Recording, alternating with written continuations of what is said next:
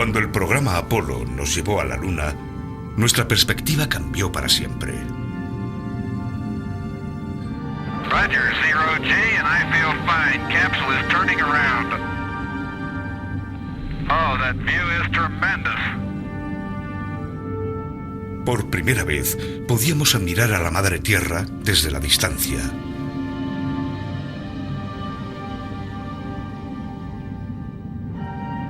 Esta imagen hizo que fuéramos conscientes de que nuestro planeta azul constituye una parte única del espacio cósmico.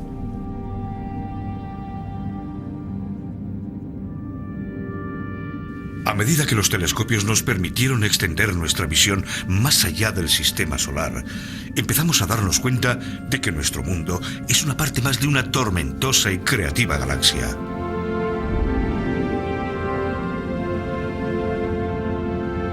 Una nueva perspectiva está emergiendo. La galaxia afecta al clima de nuestro planeta de una forma que solo ahora estamos empezando a comprender.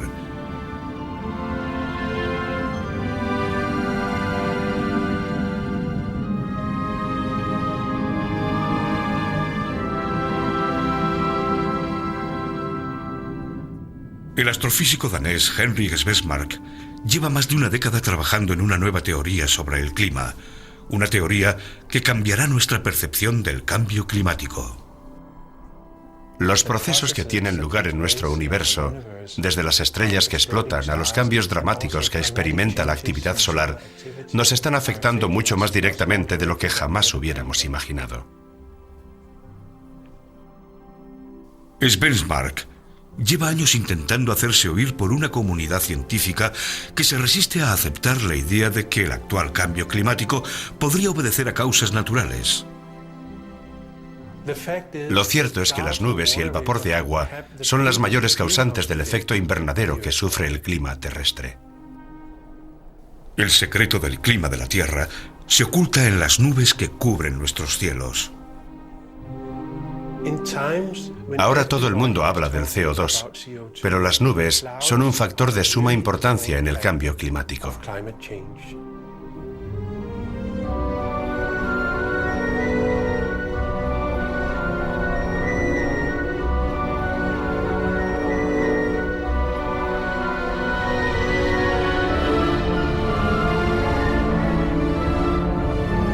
El misterio de las nubes.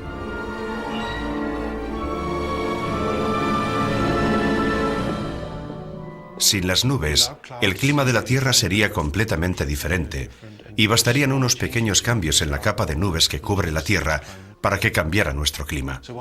Por eso entender el comportamiento de las nubes tiene una importancia capital. La simple idea de que los procesos que se producen en el espacio no responden únicamente a los procesos que se producen en la Tierra resulta en sí misma fascinante. En 2005 encontramos pruebas experimentales de que el Sol y la galaxia afectan directamente al clima de la Tierra, pero por algún motivo ninguna revista científica quiso publicarlas. Fue una gran decepción para mí y para mi equipo.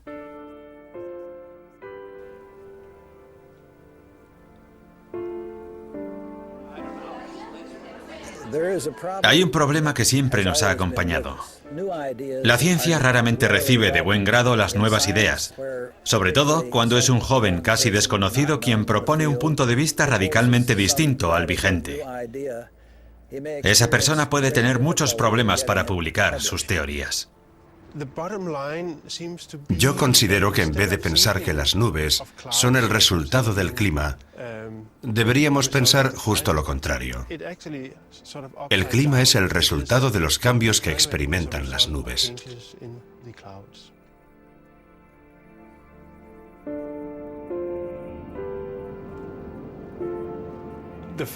La primera vez que fui consciente de la importancia que podían tener las nubes en el clima de la Tierra fue cuando mi jefe, Egil Friis Christensen, descubrió la existencia de una correlación entre la actividad solar y las temperaturas de la Tierra. La correlación era tan buena que no podía ser accidental. Y me sirvió para empezar a intentar comprender esa relación e intentar utilizar a las nubes como parte de esa explicación.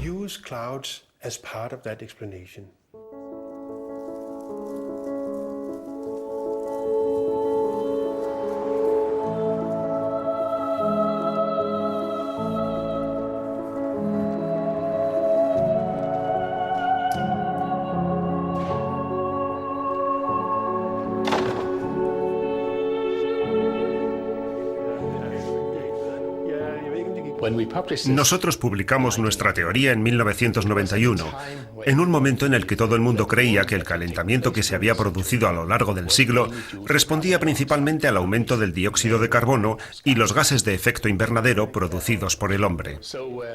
Por eso, cuando la comunidad científica vio esa correlación perfecta entre los cambios en la actividad magnética solar y las temperaturas, se llevó una gran sorpresa. Comprobamos que cuando aumentaba la actividad magnética en el Sol, también aumentaban las temperaturas en la Tierra.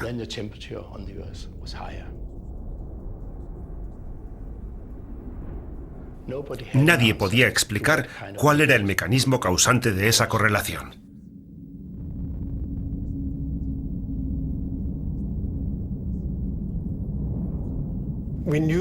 Sabíamos que de alguna forma la actividad magnética del Sol tenía que influir en el clima de la Tierra, directa o indirectamente. Pero lo que constituía un verdadero misterio científico era cómo se producía esa influencia. Hasta que un día alguien entró en mi despacho y mencionó los rayos cósmicos. Cuando oí rayos cósmicos, pensé inmediatamente en un experimento que había realizado en el instituto, en lo que nosotros llamábamos la cámara de niebla.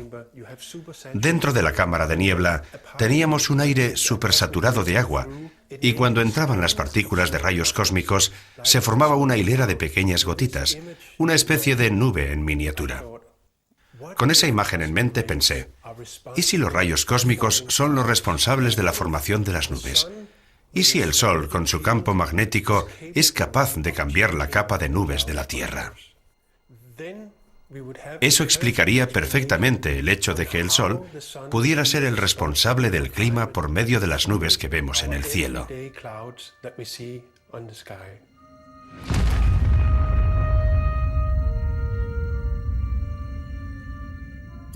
Los rayos cósmicos no pueden verse ni sentirse, pero se liberan cada vez que mueren las estrellas en la explosión de una supernova.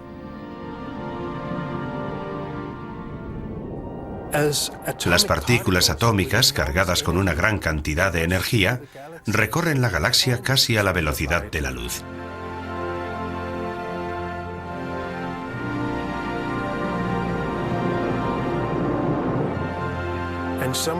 Y algunas de ellas bombardean la Tierra.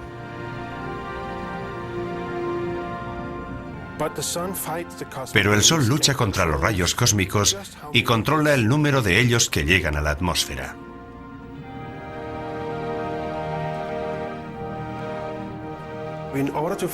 Empecé a buscar información para saber si los rayos cósmicos afectaban a las nubes. Recopilé información recogida por los satélites sobre la variación de las nubes en la atmósfera y la comparé con las variaciones en la intensidad de los rayos cósmicos. Y descubrí una correlación muy clara que me sorprendió muchísimo. La curva roja representa a los rayos cósmicos y, como se ve, la variación es significativa. La curva azul representa la capa de nubes. Esto significa que los rayos cósmicos afectan al clima de la Tierra. Y esa es una idea fascinante porque quiere decir que lo que ocurre en el espacio nos afecta de manera muy directa.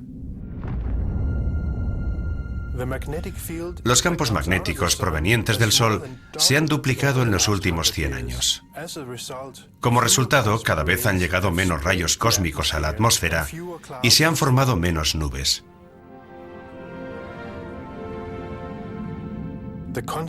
La consecuencia ha sido el calentamiento de la Tierra. Cuando el Sol libera un campo magnético fuerte, llegan menos rayos cósmicos a la Tierra. Y eso significa que hay menos nubes para refrescar el ambiente. Pero un Sol perezoso con un campo magnético más débil deja que lleguen más rayos cósmicos de las estrellas, con lo que aumenta la formación de nubes.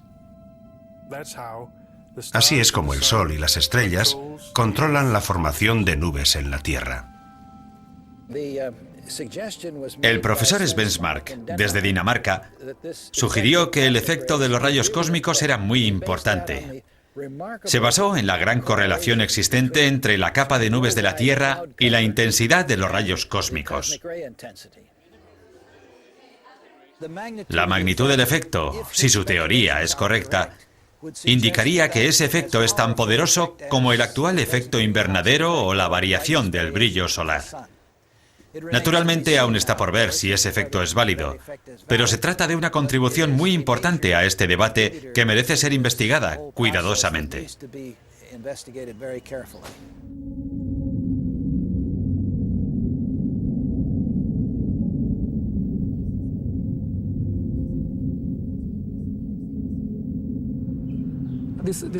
La idea de que los rayos cósmicos afectan a la formación de las nubes presenta un enorme interés. Tras realizar varios experimentos en Dinamarca, han descubierto una correlación muy buena entre las nubes y la modulación de los rayos cósmicos que hemos estado midiendo en los últimos 50 años. Esto demuestra que el campo magnético del Sol tiene mucha importancia en nuestro clima. Es una teoría que permite explicar cómo ha cambiado el Sol a largo plazo. Sabemos que el campo magnético del Sol ha aumentado y también que el Sol es cada vez más activo. En los últimos 100 años la actividad del Sol se ha multiplicado por 2. Creo que si el trabajo de Svensmar se confirma, si está en lo cierto, su teoría tendrá un gran efecto en el debate sobre el cambio climático, porque las nubes tienen una gran influencia en el cambio climático y en atrapar o eliminar la radiación.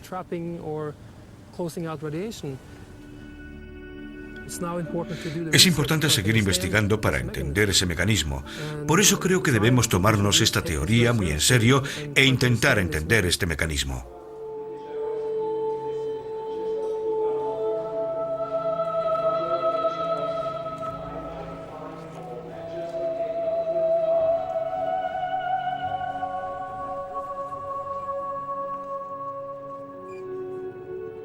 Presentamos nuestros resultados en Birmingham en 1996. Naturalmente estábamos deseosos de presentar nuestros resultados, pero nos sorprendió recibir una respuesta tan negativa. Porque lo único que habíamos hecho era presentar unos resultados científicos que demostraban que el Sol, a través de las nubes, podía tener una gran importancia en el clima.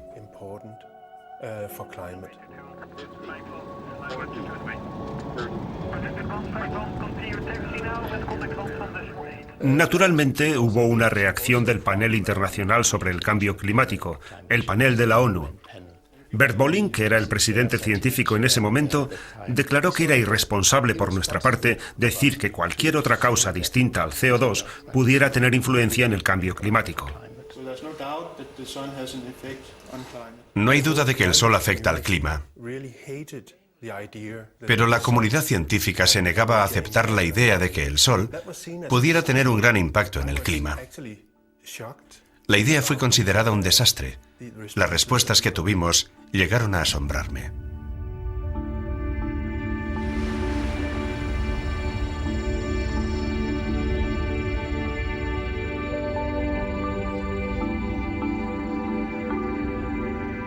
Durante los últimos 25 años, el CO2 ha sido la teoría dominante a la hora de intentar explicar el cambio climático. Sin embargo, si estudiamos la historia del clima, veremos que no hay ninguna duda de que el Sol ha tenido una importancia extraordinaria. Eso es algo que no podemos ignorar.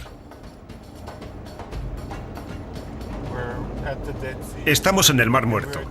Ahora vamos a un lugar llamado Nahal Perasin, uno de los mejores puntos de esta zona para observar las variaciones climáticas.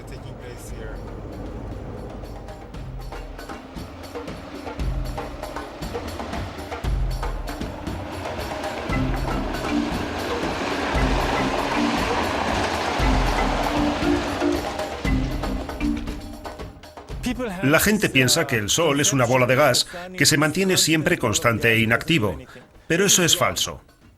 En realidad, a veces el Sol puede ser muy activo. Es la actividad solar, la naturaleza dinámica de la actividad solar, lo que afecta a los vientos solares y a los rayos cósmicos, y lo que en última instancia afecta al clima de la Tierra.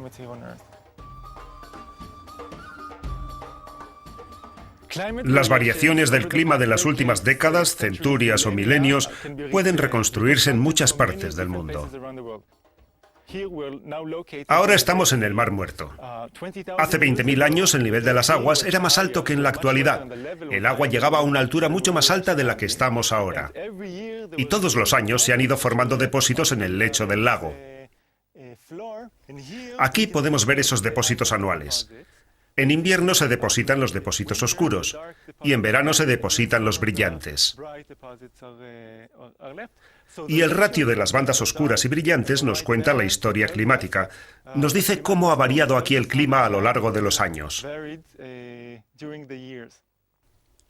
En esta escala temporal, a lo largo de siglos y milenios, podemos reconstruir lo que ha estado haciendo el Sol por medio de isótopos cosmogénicos como el carbono 14. Lo interesante es que el carbono 14 se forma directamente a partir de los rayos cósmicos. Y estos resultados, y otros recogidos en otras partes del mundo, nos indican que el Sol está afectando al clima.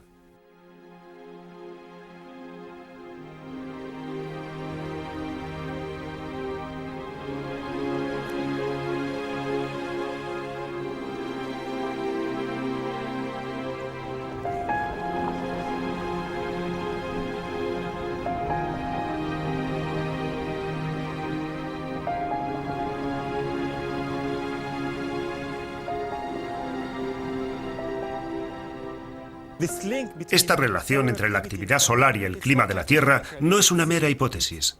Se ha comprobado que cuando el Sol era más activo, en la Tierra hacía más calor y viceversa.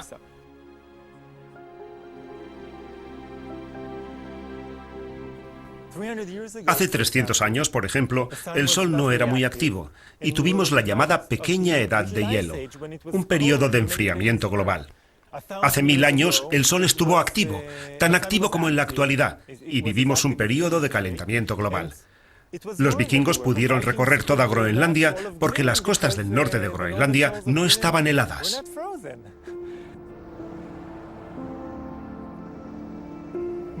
Hoy en día la mayoría de la gente piensa que el clima cambia por culpa del CO2, pero no es cierto. El principal culpable del calentamiento de la Tierra durante el siglo XX es el Sol.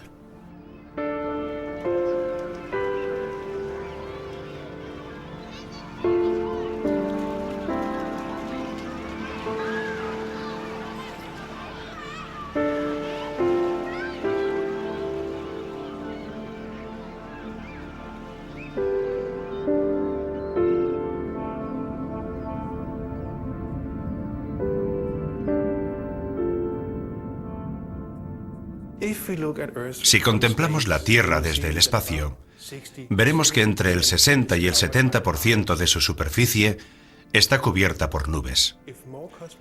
Cuanto más rayos cósmicos lleguen, más nubes tendremos.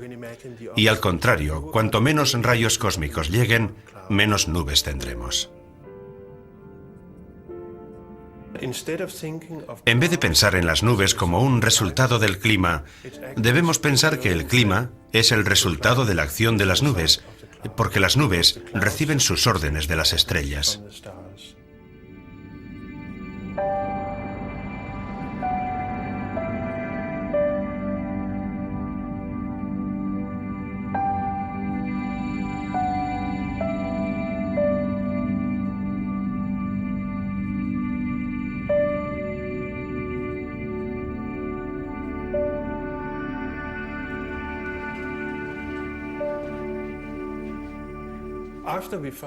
Tras encontrar el vínculo entre los rayos cósmicos y las nubes, necesitábamos descubrir qué clase de nubes eran las que más influían en el clima. En algún momento fue posible, gracias a unos datos nuevos que recogimos, investigar cómo eran esas nubes. En aquel momento conté con la ayuda de Nigel Marsh. Él me ayudó a analizar esos datos.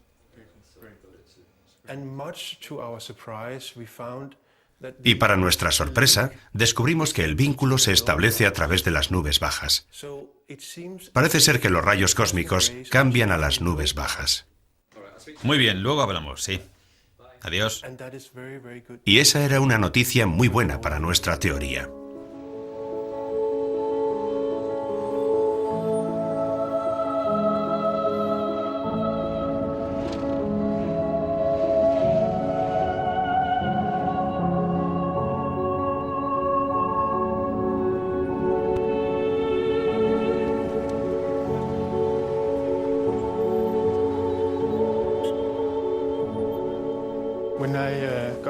Cuando recibí este resultado comprobé que la correlación era mucho mejor de lo que yo había esperado. Si disminuye la cantidad de nubes bajas, la superficie de la Tierra se calentará más. En concreto, este nuevo trabajo demuestra que solo cambian las nubes bajas, lo cual resulta muy interesante. Lo que aún falta por poder explicar es el funcionamiento de ese mecanismo, y creo que es muy importante intentar investigar su funcionamiento. Una fracción bastante grande de nubes bajas es la responsable de una gran parte del enfriamiento provocado por esas nubes. El motivo por el que las nubes bajas son tan importantes es porque reflejan gran parte de la luz del sol en el espacio. Es algo que resulta evidente cada vez que viajamos en avión. Desde la ventanilla vemos toda esa capa de nubes sobre los océanos. Son blancas porque reflejan la luz del sol al espacio. Lo cierto es que si cambiamos la cantidad de nubes bajas existente, cambiamos también la cantidad de energía que recibe la superficie de la Tierra. Eso significa que las nubes bajas ejercen un poderoso efecto de refrigeración sobre el clima de la Tierra.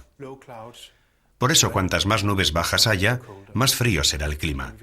Si hay menos rayos cósmicos, habrá menos nubes bajas y hará más calor en la Tierra. ¿Te refieres a los datos del proyecto ISCCP? Sí, Lo que hemos estado analizando han sido los infrarrojos. es interesante. La primera vez que oí hablar del trabajo de Henrik Svensmark, nos interesó estudiar cuál es el origen de los aerosoles, que son unas partículas muy pequeñas suspendidas en la atmósfera de la Tierra. Ese tema nos interesaba porque es muy importante, puesto que todas las nubes se forman a partir de las partículas de aerosoles que hay en la atmósfera. El satélite está mirando un parámetro específico. A partir del trabajo que hemos realizado, hemos descubierto que los rayos galáctico-cósmicos son capaces de modular los aerosoles, o esas pequeñas partículas en la parte inferior de la atmósfera.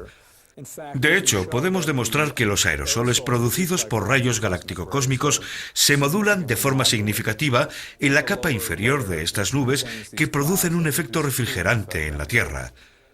Lo que todavía no sabemos exactamente es cómo y por qué se forman.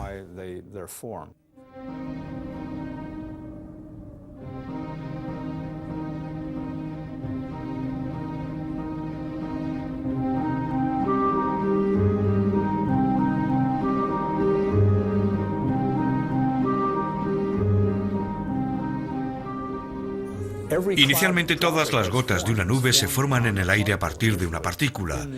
Por eso, es absolutamente crucial entender de dónde llegan esas partículas y cuáles son sus propiedades. De lo contrario, jamás llegaremos a entender el comportamiento de las nubes. Ahí es donde puede tener importancia la función de los rayos cósmicos. ¿Qué es lo que hacen los rayos cósmicos cuando entran en la atmósfera de la Tierra? Producen pequeños iones. Y creemos que esos pequeños iones ayudan a la formación de esas pequeñas partículas o aerosoles en la atmósfera de la Tierra.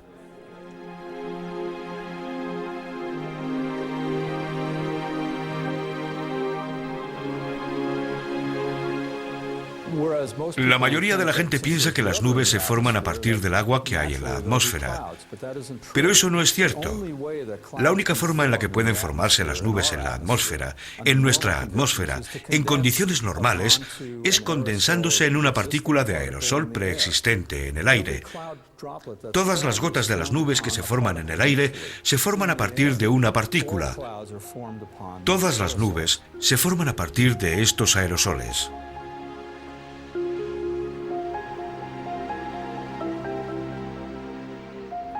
Por eso es absolutamente crucial entender de dónde llegan esas partículas y cuáles son sus propiedades.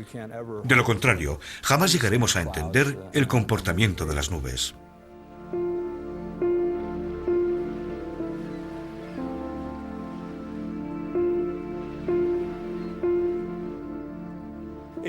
En ciencia no basta con tener una buena teoría. También es imprescindible realizar los experimentos necesarios para apoyar esas ideas.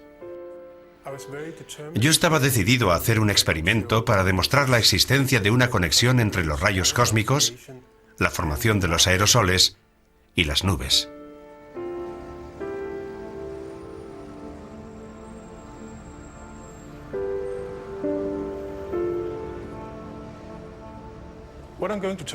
Voy a hablar de los rayos cósmicos.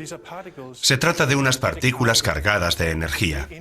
Entran en la atmósfera de la Tierra y son mensurables. En este gráfico puede verse cómo en los momentos de máxima actividad solar no entran muchos rayos cósmicos en la atmósfera de la Tierra. Eso es debido a que el Sol tiene ahora un fuerte campo magnético. A las partículas procedentes del espacio galáctico les resulta muy difícil entrar en el sistema solar. Parece que existe una relación entre los cambios en la actividad solar y los cambios del clima. Por eso, lo que de verdad necesitamos son pruebas experimentales que puedan responder sí o no a la pregunta de si existe esa relación y que puedan explicarnos cómo funciona. Y tenemos la suerte de que parece que ese experimento se va a llevar a cabo. Me gustaría decir que el experimento está mal concebido y demuestra una total falta del conocimiento más elemental sobre el comportamiento de las nubes. Lo mires por donde lo mires, es un experimento equivocado que no nos dice nada sobre lo que ocurre en la atmósfera. Estoy en completo desacuerdo con usted, pero debo decir que los científicos que participan en el experimento son expertos en aerosoles y química atmosférica y saben lo que hacen. Sé que ellos no estarán de acuerdo con su punto de vista. Es cierto que hay distintos puntos de vista, pero debo decir que está usted adoptando una postura extremista.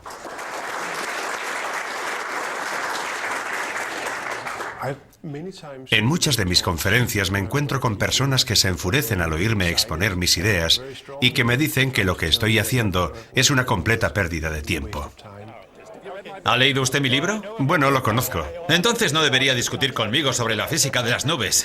No, todo este asunto es un completo error. Hasta ahora nadie me ha expresado una idea válida desde el punto de vista científico que me haga pensar que exista un problema científico que no merezca la pena intentar resolver. ¿Qué sentido tiene hacer ese experimento? Se han escrito varios artículos sobre el origen de los núcleos de condensación de nubes, sobre el origen de su formación. Eso ya lo sabemos. No, según esos científicos no lo sabemos. Dios mío, deberían estar mejor informados. Yo tenía una teoría y decidí que deberíamos hacer un experimento en Copenhague que sirviera para demostrar si mi idea era válida o no. Por desgracia, el experimento resultó ser mucho más complicado de lo que pensaba. Empecé este proyecto sin ningún tipo de financiación y seguí con él pensando que, de alguna forma, en algún momento, conseguiríamos el dinero. La construcción del laboratorio, la preparación del experimento, recaudar el dinero, todo eso nos llevó 4 años. El objetivo de este experimento es investigar qué papel desempeñan los rayos cósmicos. Nuestra intención es repetir los procesos que tienen lugar en la atmósfera real. Por eso esta cámara está construida de forma que estamos en disposición de controlar los iones que están en su interior, lo que nos permitirá revelar por primera vez la importancia que tienen los iones en la formación de nuevos aerosoles y, en última instancia, las nuevas nubes. La idea que nos ha impulsado a llevar a cabo este experimento es intentar conocer el fundamento de esta relación entre la actividad solar y el clima de la Tierra. Toda la agitación política que rodea al calentamiento global es irrelevante desde el punto de vista científico. Y el experimento que estamos haciendo es muy necesario porque mejorará nuestra comprensión de uno de los procesos más importantes que tienen lugar en nuestra atmósfera, la formación de las nubes.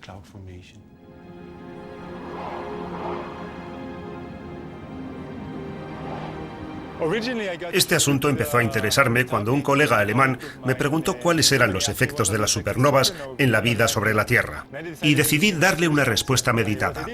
Leí lo que se había escrito al respecto y me encontré con los resultados publicados por Henrik Svesmak sobre los rayos cósmicos y la capa de nubes.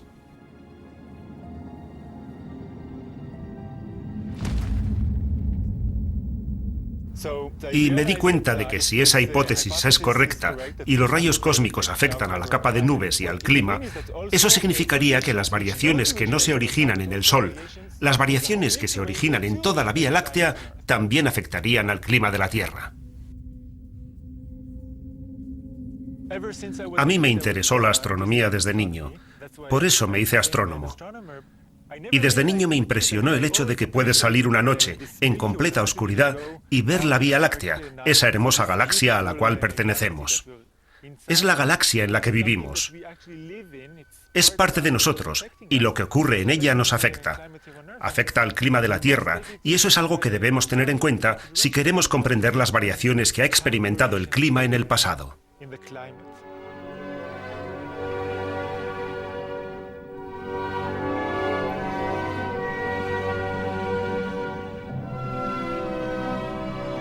Lo verdaderamente fascinante es que la Vía Láctea, que es algo que parece que está muy lejos de nosotros, no está tan lejos, somos parte de ella, y el elemento que nos vincula con la Vía Láctea son los rayos cósmicos.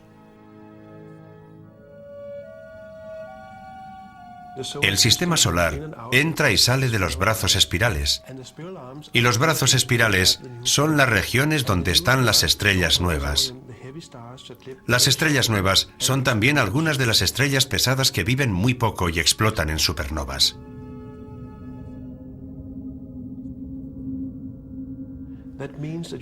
Eso significa que hay más rayos cósmicos en cuanto te adentras en los brazos espirales.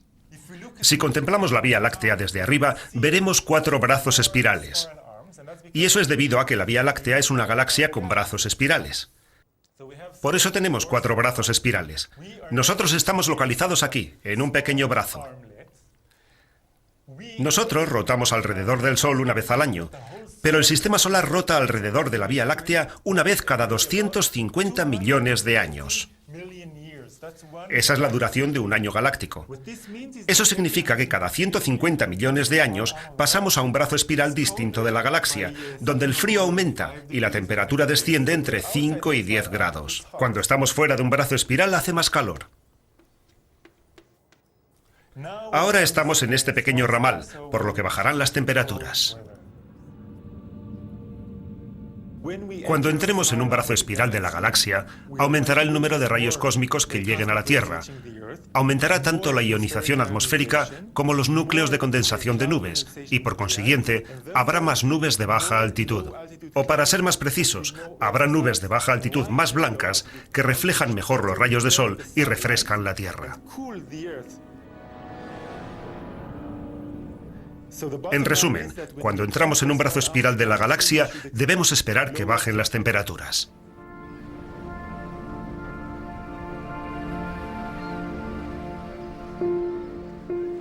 Hace 100 millones de años, estos acantilados formaban parte del lecho de un océano de aguas calientes.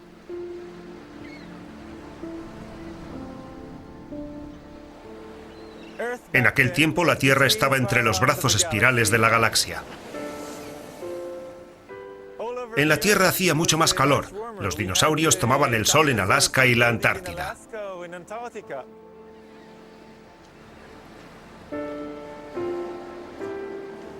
Hace unos 70 millones de años empezamos a aproximarnos y a entrar en el brazo espiral Sagitario. La Tierra quedó expuesta a un flujo mayor de rayos cósmicos debido a todas las estrellas que nos rodeaban. Ese aumento del flujo de rayos cósmicos fue el responsable de la formación de más nubes y del descenso de la temperatura en la Tierra.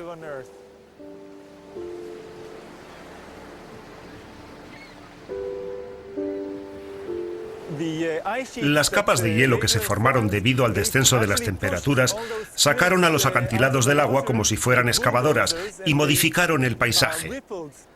Por eso estos acantilados son un buen ejemplo, por una parte del aumento de las temperaturas cuando se formaron los acantilados y por otra del descenso de las mismas, de las frías temperaturas que tenemos en estos momentos, que son las responsables de la verticalidad de estos acantilados.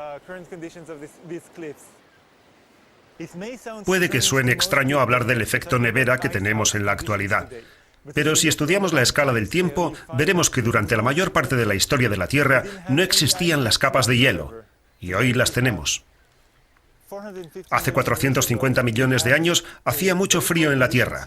Sin embargo, en la atmósfera había 10 veces más CO2 que en la actualidad. Eso nos indica que el CO2 no ejerce una gran influencia en el clima, al menos no la ejerció en aquel tiempo. Cuando hablamos de cambios climáticos en estas escalas de tiempo, nos referimos a unos cambios climáticos que son mucho más dramáticos que cualquier cosa que hayamos visto a lo largo de nuestra historia.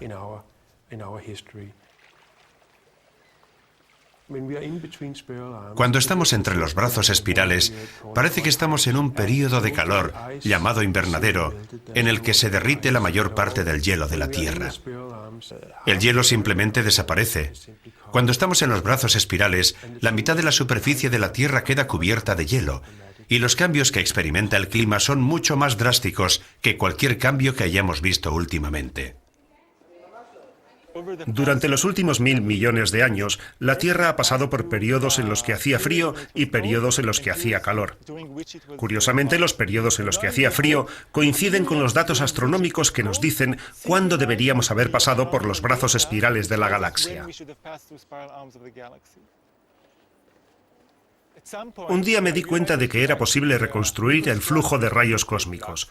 Es algo que puede conseguirse por medio de estos meteoritos ferrosos, porque los meteoritos ferrosos, después de desprenderse de los asteroides, están expuestos a los rayos cósmicos y registran los rayos cósmicos en el sistema solar a lo largo de cientos de millones de años. Hemos descubierto que este flujo de rayos cósmicos cambia como sería de esperar respecto a los datos astronómicos con los que contamos, pero también cambia en sincronización exacta con las variaciones climáticas que pueden reconstruirse por medio de los datos geológicos.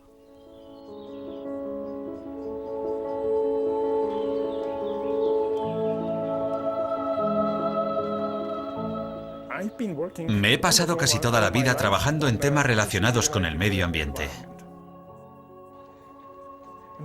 Y naturalmente uno de los problemas más importantes ha sido siempre saber cómo han cambiado el clima y la temperatura del agua marina. Hemos trabajado con fósiles como este, unos fósiles que reciben el nombre de braquiópodos. Estas conchas registran la temperatura que alcanzó el mar en otras épocas. Cuando se forman, registran la temperatura del agua marina porque conservan en su interior un átomo de oxígeno. Cuando mides esa proporción de oxígeno, puedes medir la temperatura del mar en tiempos remotos, lo que te permite conocer la temperatura de la Tierra y del clima. A partir de ahí hemos podido obtener los datos de las temperaturas del agua marina durante los últimos 500 millones de años. Cuando examiné la información, me di cuenta de que había algunas oscilaciones dentro de la tendencia general de la temperatura. Y esas oscilaciones encajaban bastante bien con lo que sabíamos basándonos en la geología de cuál era el clima en aquel tiempo. Trabajando en colaboración con otros científicos, hicimos un estudio estadístico y vimos que existía una especie de periodicidad de unos 140 millones de años en la que el clima pasaba del estado invernadero al estado nevera. Pensé que el motivo de esa periodicidad podía estar relacionado con el cielo, pero investigué el asunto y no pude encontrar nada.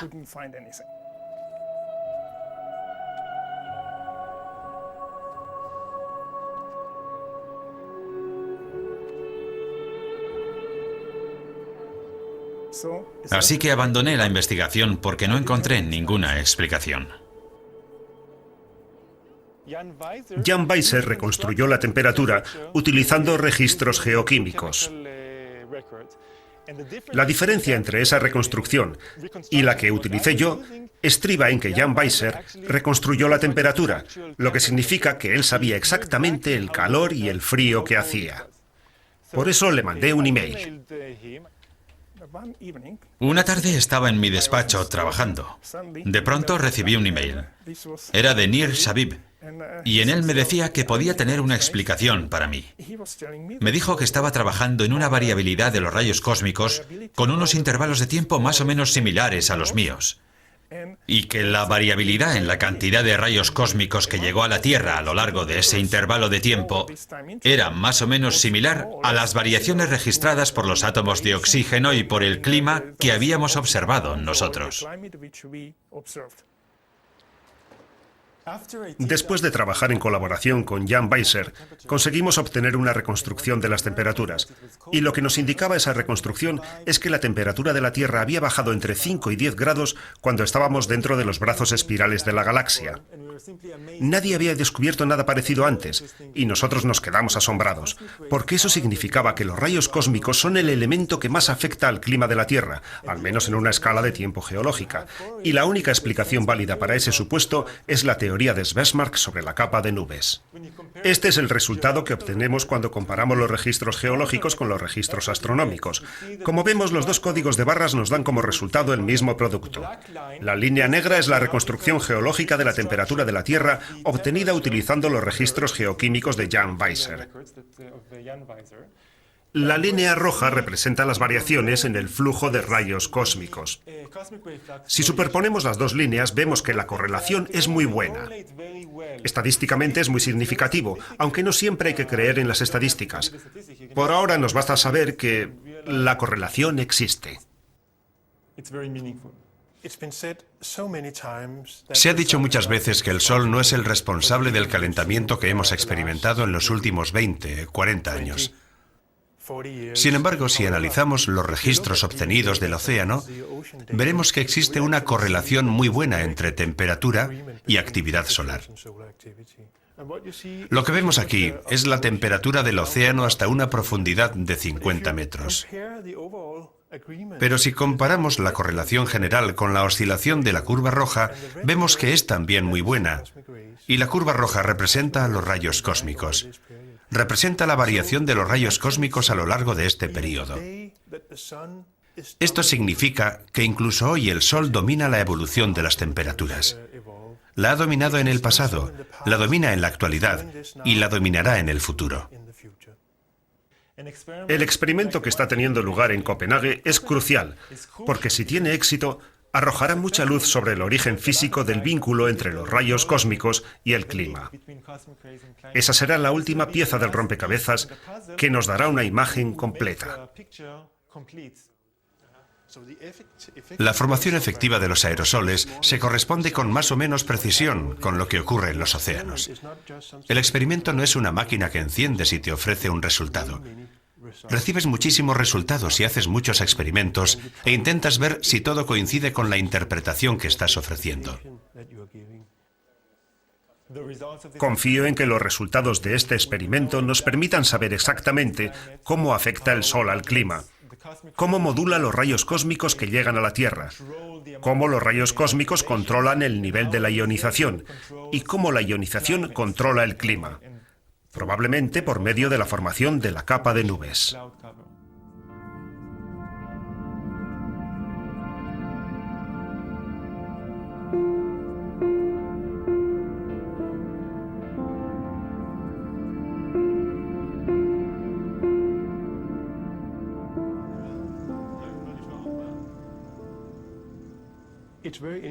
Lo bueno es que después de casi 8 años de trabajo, hemos llegado finalmente a una fase en la que intentamos interpretar estos experimentos.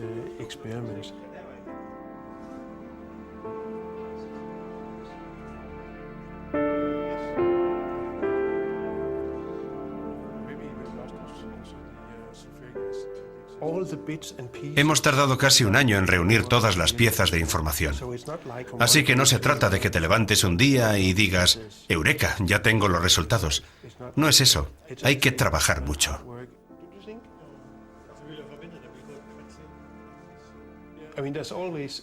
Siempre hay un elemento de incertidumbre cuando realizas un experimento, porque tienes que estar cuestionando constantemente si todo lo que estás haciendo está bien o mal. Pero hemos sido muy cuidadosos y hemos hecho muchas pruebas. Así que estoy verdaderamente convencido de que hemos encontrado un mecanismo muy importante. Y la sorpresa ha sido comprobar lo bien que funciona ese mecanismo. Es una lectura muy baja. Como ves, es 534 pdb. Es una lectura muy baja. Lo que descubrimos cuando provocamos un mayor flujo de rayos cósmicos es que producimos más aerosoles en la cámara. Eso significa que los rayos cósmicos están produciendo aerosoles. Y esos son los aerosoles responsables de la formación de las nubes en la atmósfera real.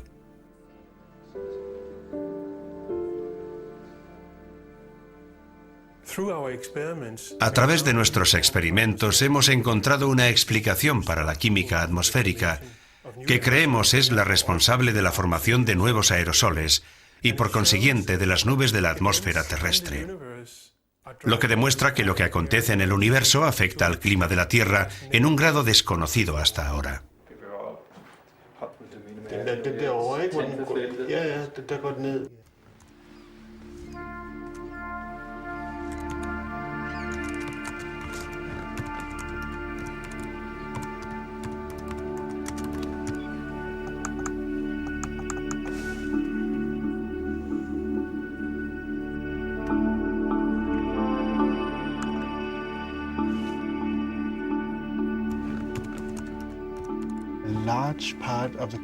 Gran parte de las nubes que vemos en el cielo son el resultado de este proceso que hemos investigado por medio de experimentos. Pero naturalmente ahora tenemos que ver cómo reaccionan otros colegas a nuestros descubrimientos. Y será muy interesante ver cómo reciben nuestro trabajo. Pero creo que hemos realizado una labor muy buena. Y estoy muy satisfecho de la forma en que ha trabajado todo el mundo en este proyecto. Esto es la culminación de muchos años de trabajo. Un gran momento.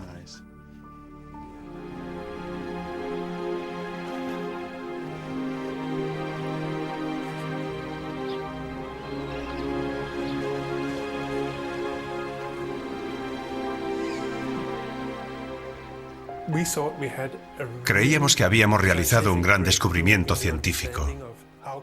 Hemos descubierto cómo afectan los rayos cósmicos a la capa de nubes y, en consecuencia, al clima de la Tierra. Pero por motivos que desconocemos, no hemos conseguido que se publique nuestro trabajo. Creo que lo hemos enviado 4 veces a distintas revistas científicas y todavía no han publicado nuestros resultados. Henrik Svensmark y su equipo han conseguido unos resultados muy interesantes, y yo pensaba que los publicarían inmediatamente, o unos meses después de tenerlos. Pero tardaron 16 meses en publicarlos, y creo que el motivo es la reticencia de la comunidad científica en general, y en particular de quienes apoyan la teoría antropogénica del efecto invernadero, a aceptar la idea de que esta nueva teoría, que está basada en una gran cantidad de pruebas empíricas, está también respaldada por pruebas experimentales.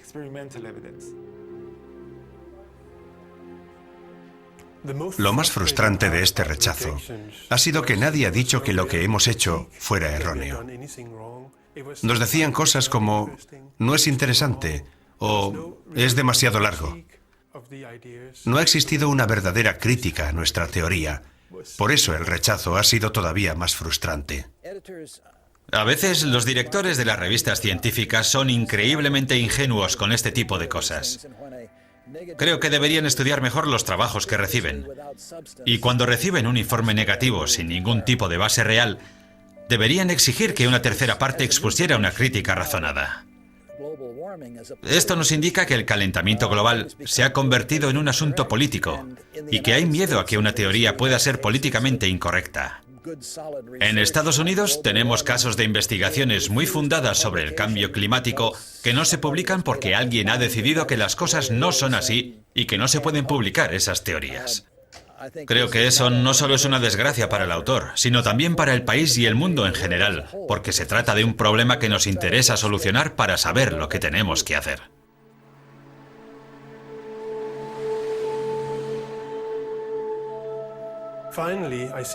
Finalmente, después de pasarnos más de un año esperando, nuestro trabajo se publicó en la Royal Society.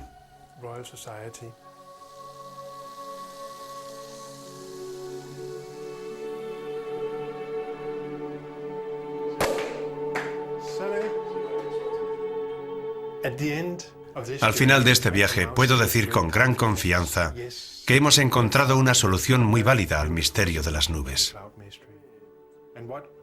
Y lo que sigue constituyendo un misterio es cuándo entenderá el resto de la comunidad científica que son factores externos más poderosos que los humanos los que controlan el clima.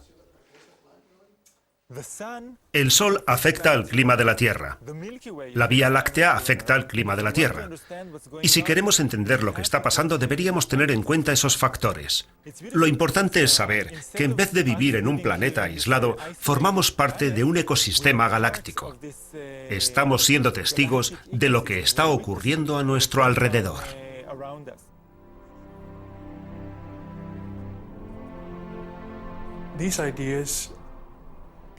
Estas ideas demuestran que la Tierra no es una pequeña isla flotando en el universo. Formamos parte del gran universo y los procesos que se producen en él, tales como la formación de las estrellas, las grandes escalas temporales o los cambios en la actividad solar, afectarán al clima de la Tierra. Y el clima de la Tierra puede experimentar grandes cambios debido a esos procesos.